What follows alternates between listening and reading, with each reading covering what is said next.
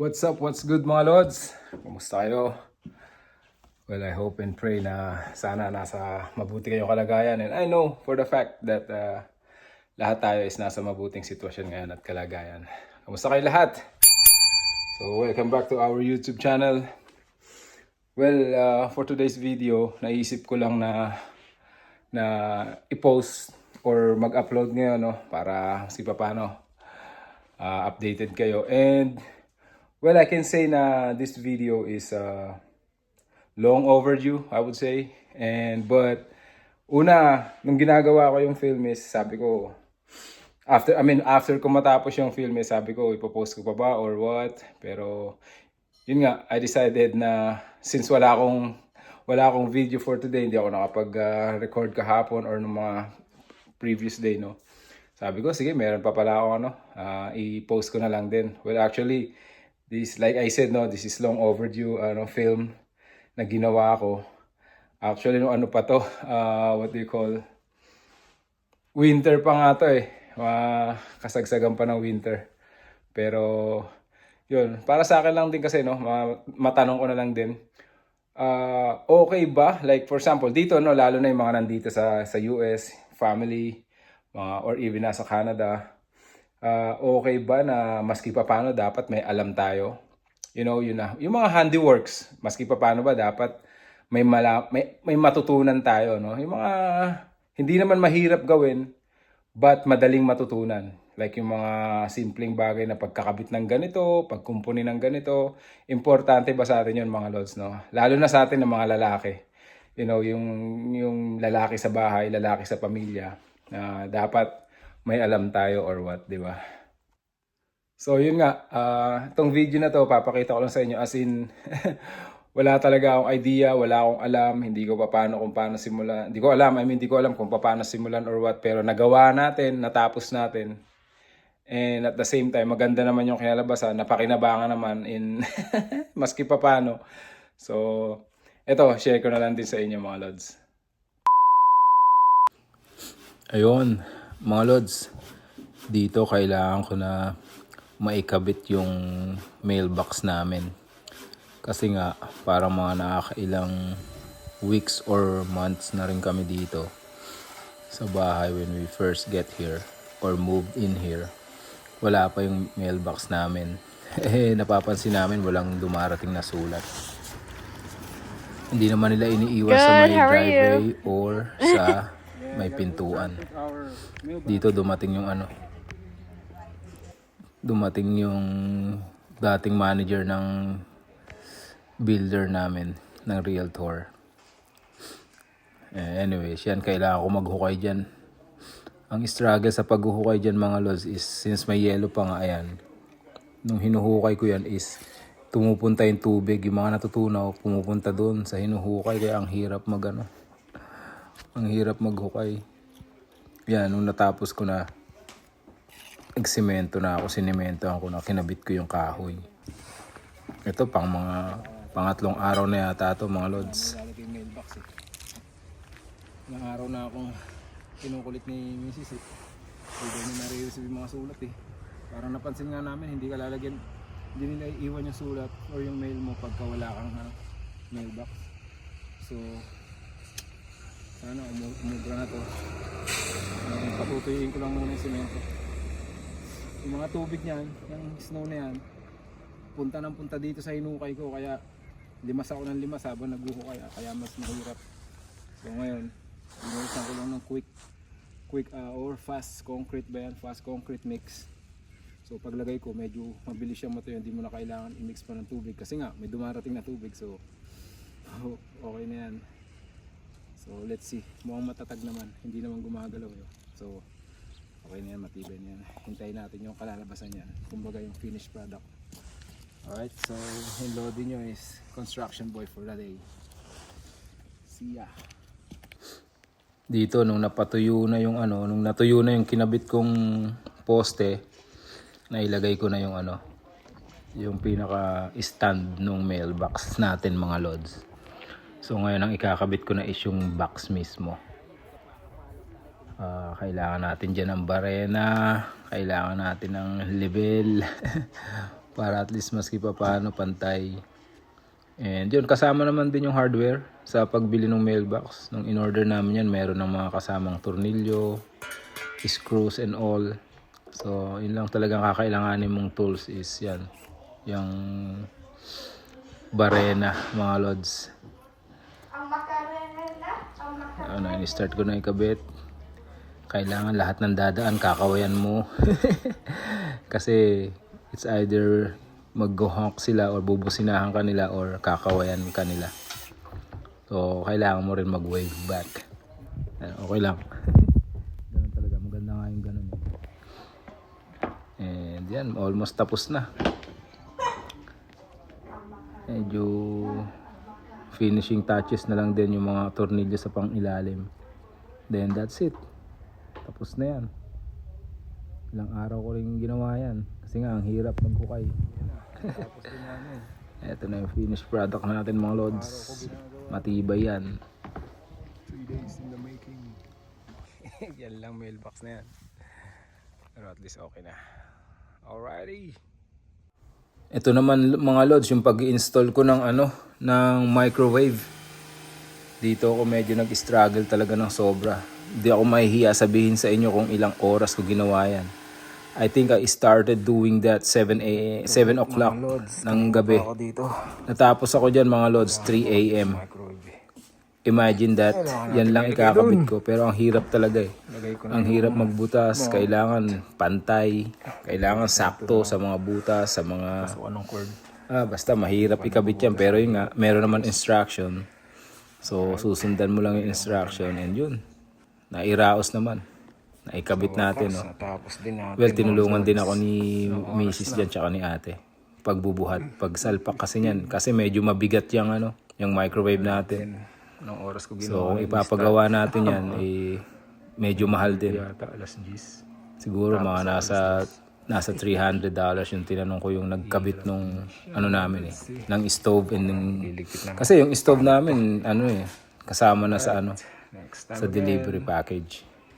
So yun nga mga lods, no, yung importance ng maski papano dapat may alam ka sa mga handiworks, especially dun sa mga yung kung mapadaan ka rito or mapadaan ka sa channel natin, nandiyan ka sa Pilipinas or anywhere there in Asia or kahit sa nasa Middle East ka, no?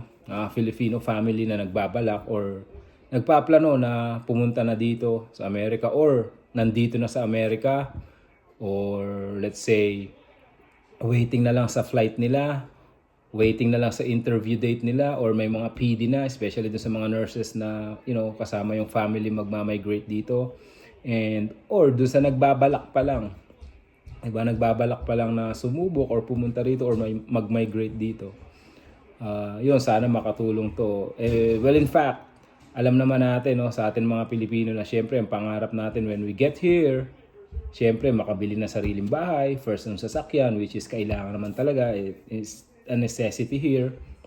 Hindi lang puro luho, having a vehicle here or own vehicle here is a must or talagang necessity kasi especially mapunta ka doon sa mga suburbs, sa mga estates na medyo hindi ganun kaganda or hindi ganun ka-accessible yung transportation or yung public transportation. So kakailanganin talaga ng sasakyan or ng sariling sasakyan.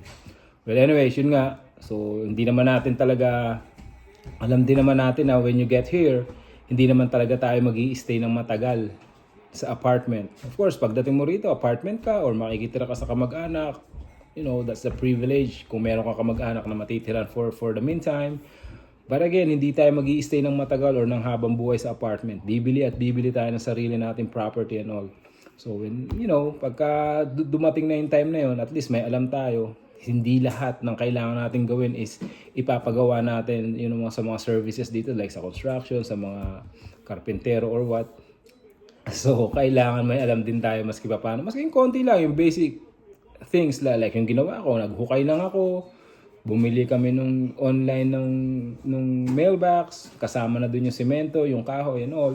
May instruction naman. So ginawa ko, natapos ko naman. Although ilang araw din kasi nga mahirap talaga siyang plus yung microwave. And then, yeah, hindi lahat kailangan gumastos. Hindi lahat kailangan ng kibot mo rito or kilos mo is gagastos ka. Mahirap din kitain yung pera, mga lods. And kung kaya naman gawin or madali naman pag-aralan, why not to try, no? There's no harm in trying. So, like, yung ginawa ko, kinabahan talaga ako doon sa pagkakabit ng microwave kasi nga, baka masira or baka biglang malaglag, mahirap din siya. Kasi nga, sabi ko, mabigat, tapos medyo komplikado yung pagkakabit. Kaya inabot din ako ng ganong katagal, mga lods, no? Imagine that. Pero kung talaga mga professional ang gagawa nun, wala pang 1 oras yun, kabit yun, tapos yun. Well, anyway, so, yung mga simple things pa, like yung pagkakabit ng mga beds, yung mga beds namin, lahat ako lang nagkabit nun, kay Laate, kay Rashad, yun sa amin. Tapos yung mga upuan, yung mga mesa, dining, sofa. Walang din talaga, tinaga ko lang. Yung mga console table, yung mga in-order namin na, naka-dismantle yung i-assemble mo. Yung mga basic things lang, no, kayang-kaya na gawin yun. Lalo na, meron nga ako nakikita dati sa YouTube nung nanonood din ako, babae pa siya. Siya gumagawa lang ng siya gumawa lahat no. Pagkakabit ng washing machine niya, pati pagkakabit ng dishwasher niya, siya naggagawa. Sabi ko, nakakabilib nito. So sa ating mga lalaki, kayang-kaya din natin yun. So shoutout sa mga daddy dyan na papunta na dito or family na pupunta dito. Sana makatulong to if ever mapadaan ka rito sa channel natin. And syempre, don't forget, pag magustuhan mo man or makatulong, don't forget to hit that like button na rin. No? And please, subscribe na din. So, yun lang, parang konting heads up lang do sa mga kababayan natin na nagbabalak or papunta na dito sa Amerika. No? Hindi lahat kailangan gumastos tayo. And beside, yung rin pala, by the way, actually yung pag maintain ng sasakyan, change oil and all yung mga ganung basic things lang din, I consider doing it din also. Pero darating tayo doon sa part na yun, mga lods, no. And wala lang pa lang talaga akong tools for that. And yun, sana maski pa paano makatulong ng konti. Yung nga, like I said, doon sa mga kababayan natin na magmamigrate na rito or malapit nang pumunta dito sa Amerika. And yun. So, siguro hindi na natin muna abahan masyado. And I just wanna greet also the all American community. Mapa-Filipino ka, Americans ka, or whatever nationality you are. Pero na nandito ka sa Amerika, Happy Memorial Day. America, Happy Memorial Day sa inyong lahat. Yun nga, God bless America and God bless the world. Alright? So, siguro mag-shoutout din muna tayo pala bago tayo tuluyan magkita-kita sa susunod na video natin. And just want to say a shout out to one of our subscribers na talaga namang nakikita ko sa kanya na palagi rin siya nag-message, nakasuporta sa channel natin. Jose De Jesus, S5R7E, shout out to you bro, mabuhay ka, God bless you, maraming salamat. And sa suporta, and patuloy mo lang na suportahan yung channel natin and yung mga videos natin, alright? I really appreciate you bro. And yeah, actually this is not a shout out but also I just wanna acknowledge din yung mga siguro bago to dito sa channel natin. And nagme-message din sila and he was like saying na he's also watching from UK. So nakakarating na tayo or umaabot tayo sa UK. And nag-message siya about dun sa lawnmower na sira, no? And appreciate you bro, shout out to you, Papa Piggy TV in the UK, 2257. So Papa Piggy TV. And also of course kay Patrick Riza, shout out to you bro, nagme-message din siya about dun sa pinost ko nung nakaraan, about dun sa hindi maiiwasan yun, yung magasgasan yung kotse mo pag dun sa may katabi ka na, careless and all. Actually, kinabukasan nung pinost ko yun, meron malaking gasgas yung kotse ko sa gilid, pero matatanggal ng scratch remover. Anyways, thank you Patrick Riza, Papa Piggy TV in the UK, 2257. Maraming salamat sa inyo. And kung hindi pa kayo nakapag-subscribe, bro, baka pwede naman pa-subscribe dito sa channel natin, alright?